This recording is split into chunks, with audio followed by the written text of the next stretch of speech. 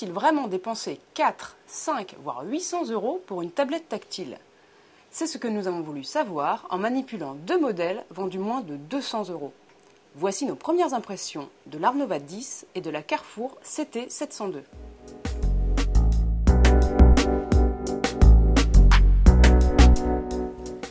L'Arnova 10 est un peu plus épaisse et plus large que l'Arcos 101, la tablette 10 pouces de la gamme Arcos. Mieux vaut le poser sur ses genoux ou sur une table pour une utilisation prolongée.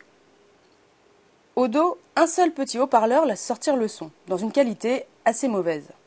Sur la façade, la webcam VGA permet aussi de prendre des photos et de filmer, mais il est impossible de viser, et donc peu probable que l'on utilise ces fonctions. Pour tirer les coups vers le bas, Arcos offre une petite mémoire interne de 4 Go. Il n'y a ni Bluetooth ni GPS. La puce Wi-Fi n'est pas des plus récentes et le processeur est moins puissant que sur les autres tablettes. Le plus gros sacrifice d'Arnova vient de l'écran, qui fait presque faux. C'est le gros point faible de cette tablette. L'Arnova 10 est en effet équipée d'un écran dit résistif, c'est-à-dire qu'il faut exercer une pression dessus pour déclencher l'action. À l'usage, c'est pénible. À l'intérieur de la tablette, on retrouve l'environnement Android dans une version un peu ancienne. Le clavier est assez large, mais il faut insister sur les touches à cause de l'écran résistif. L'icône qui permet de revenir à l'accueil, dont on se sert en permanence, est mal placée. Situé sur le haut de l'écran, à gauche, il est gênant pour les droitiers qui auront tendance à tenir la tablette de la main gauche.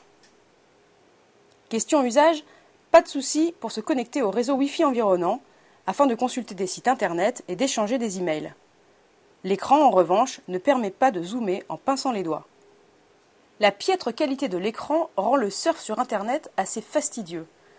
L'affichage a tendance à saccader, cela s'explique sans doute par la faiblesse du processeur ou de la carte graphique.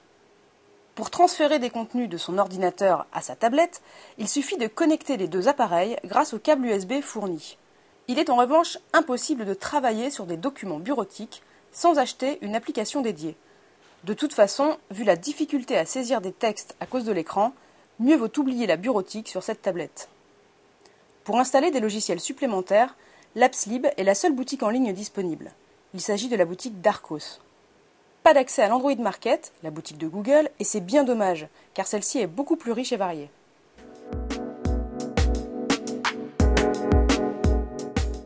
Bonne surprise, la tablette de Carrefour est livrée avec une housse de protection, ce qui est rare.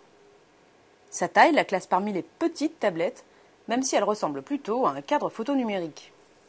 La Touch tablette est lourde, elle pèse 473 grammes, mais elle est bien pourvue en connectique.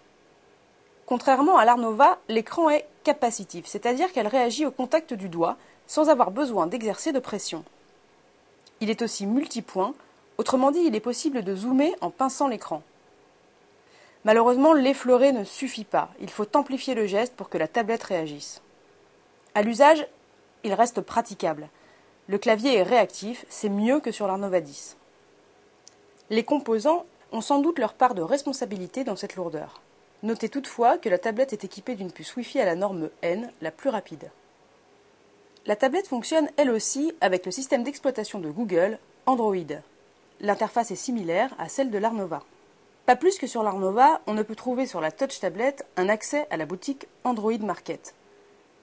Cette tablette ne donne accès qu'à une boutique baptisée Cruise Market, en référence au nom original de la tablette, qui appartient à la gamme Cruise du fabricant américain Velocity Micro. Le Cruise Market ne met pas non plus l'utilisateur en confiance.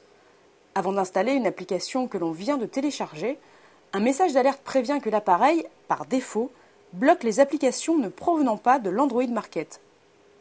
À l'utilisateur d'autoriser ces applications dans les paramètres, mais à ses risques et périls. Carrefour a fait installer par défaut 2 applications maison. L'une reprend le catalogue des produits en vente dans ses hyper, informe sur les promotions et permet de créer une liste de courses. L'autre permet de gérer son espace fidélité. On peut par exemple se présenter en caisse avec la tablette au lieu de la bonne vieille carte plastique.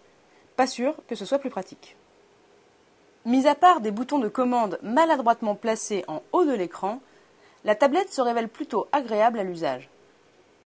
Son écran réactif sert à la rédaction d'emails et à tous les autres usages multimédia, comme la lecture d'un film, de photos ou encore l'écoute de musique. La plupart des formats de fichiers courants sont compatibles. À l'affichage, quelques saccades trahissent là encore une certaine faiblesse matérielle. Nous avons également noté que certaines applications, comme le navigateur Internet, quittaient souvent inopinément. L'Arnova 10 et la Carrefour CT702 sont nettement moins chers que les modèles haut de gamme. Mais sans un bon écran et sans des composants stables, une tablette tactile est inutilisable. Au niveau matériel, les sacrifices sont trop importants pour que ces appareils bon marché apportent pleine satisfaction.